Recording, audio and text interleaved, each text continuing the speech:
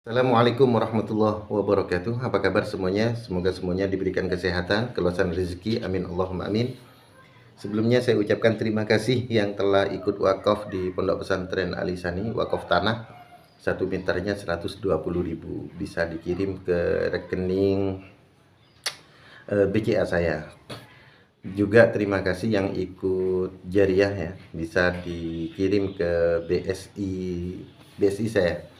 Nah, khusus pemirsa yang lihat video ini, ya kalau bisa, kalau bisa untuk jariah yang misalkan belum diberikan keluasan rezeki, ya punya 20.000, punya 10.000, silakan dikumpulkan jariahnya bukan di BCA dan BSI saya, tetapi di rekening BSI Yayasan di bawah ini ya. Yang lihat video ngasih dong. Oke.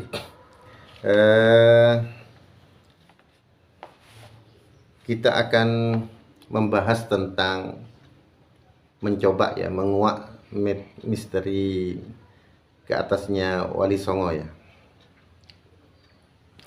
Tapi perlu saya sampaikan sebelumnya, ini masih berupa data prematur ya, dan data sepihak, artinya belum dikonfirmasi oleh data-data yang lain. Kita akan butuh data-data dari luar. Nampaknya kita ketika merujuk ke atas Wali Songo, nampaknya kita ini harus merujuk ke Aceh sebetulnya. Aceh, yaitu di Kesultanan Perlak ya, Perlak. Jadi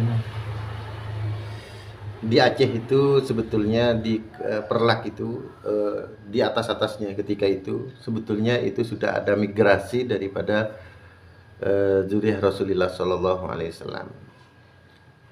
Nah, kemudian di akhir-akhir sekitar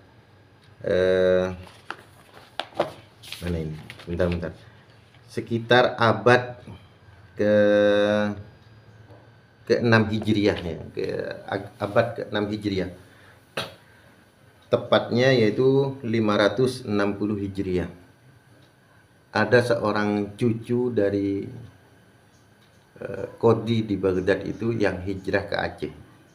Nah, cucu dari Qadi Baghdad ini kita lihat di diagram itu ya. Jadi memang kita tidak lepas juga dari Yaman sebetulnya. Jadi dulu ada seseorang zuriyah Rasulullah Shallallahu Alaihi Wasallam yang hijrah ke Yaman. Saya sebutkan titik-titik dulu. Beliau punya anak, dia adalah seorang yang luar biasa kaya raya gitu ya, kaya raya. Punya anak beberapa, yang satu menetap di Yaman namanya Al-Imam Al-Yamani itu. Beliau ada di Yaman. Dan punya anak lagi namanya Abdullah.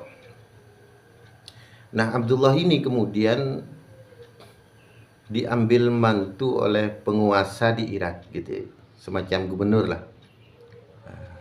Yang ketika itu yang terkenal adalah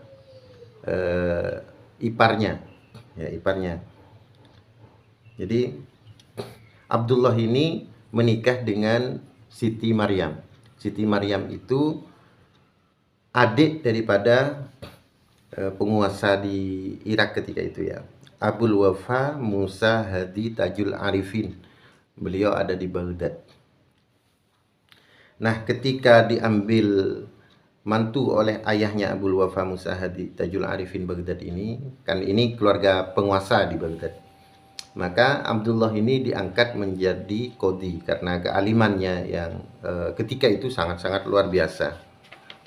Nah, kemudian pernikahan Abdullah Baghdad ini, yang ada di Baghdad ini, yang menjadi qadhi ini, dengan Siti Maryam ini punya anak namanya Sayyid Abdurrahman.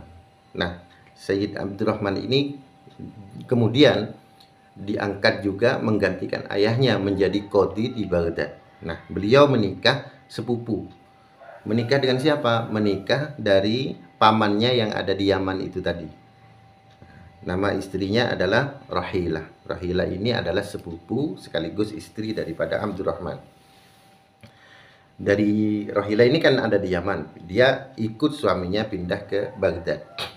Nah, Abdurrahman Baghdad ini punya anak yang pada tahun 560 Hijriah itu pindah ke Aceh berdagang ya, karena jadi anak-anaknya ini kan ini anaknya kalau sekarang milioner ya, milioner, tapi ada yang alim, ada yang pengusaha gitu ya. Karena nah yang kebetulan yang ini selain alim ini juga tetapi lebih kepada berniaga, perdagangan. Ketika itu jalur-jalur Malaka ini sudah dari dulu sudah rame gitu ya. Nah, beliau tiba di mungkin daerah Perlak ya, mungkin Aceh ya, mungkin Aceh. Tahun 560 Hijriah pindah ke Aceh, bukan pindah, berniaga ke Aceh gitu ya. Nah, beliau ternyata tidak balik lagi, menetap menyebarkan Islam di daerah Aceh. Nah, beliau punya murid. Untungnya beliau ini sangat dikenal karena beliau mempunyai karya. Nama kitabnya adalah Bahrul Lahud. Nah, sebuah karya yang dulu di Madura ini banyak yang punya manuskrip itu, tetapi kemudian dibakar karena dianggap ilmu yang tinggi sufi gitu ya, takut takut tidak kuat gitu, takut ada salah paham, akhirnya banyak dibakar manuskripnya itu, dan untungnya masih ada ya. Saya dengar di Pamekasan ada, di Anu ada, dan di sini ya alhamdulillah juga ada. Nah, oleh sebab itu kita ini kalau ingin hidup kita ini dikenal oleh cucu-cucu kita, harus kita punya karya. Nah, oleh sebab itu kalau sekarang kita ini kayak ke Paten Obor ya, tidak tahu misalkan ke buyut-buyut kita, mulai sekarang catat, karena kita ini akan menjadi manusia purba juga. 300 tahun lagi kita ini akan menjadi manusia-manusia masa lalu gitu. Nah, oleh sebab itu dicatat agar anak cucu kita bisa tahu kita gitu. Minimal itu. Nah, beliau punya karya sehingga sangat dikenal. Bahrul Lahud, dan punya murid namanya Syekh Burhanuddin di daerah Minangkabau. Makbarah beliau itu ada di Kuntu Kampar. Beliau wafat tahun 610 Hijriah. Muridnya daripada yang ada di ini loh, anaknya Abdurrahman yang ada di Aceh itu. Beliau dikenal juga dengan Abdullah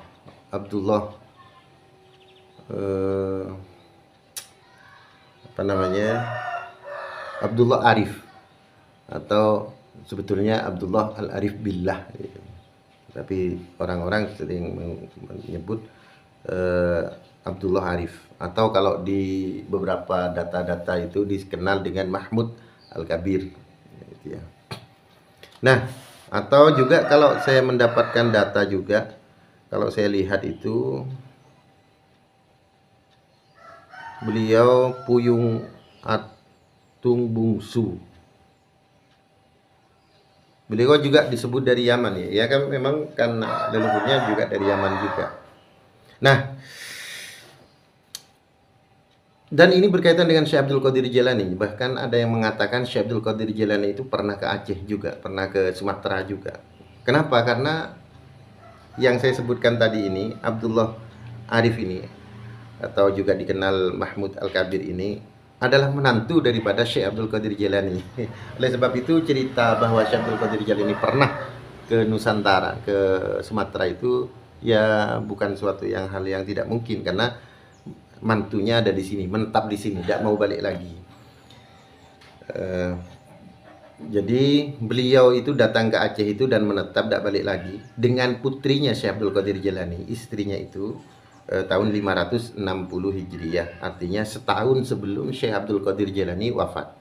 Syekh Abdul Qadir Jailani wafat itu kan 561 Hijriah. Nah, pernikahan Abdullah Arif ini atau Mahmud Al-Kabir ini punya anak setidaknya yang tercatat ada 5. Yang pertama adalah Hamdani, yang kedua adalah Mahmud, yang ketiga ini tulisannya tidak jelas, yang keempat Abdullah.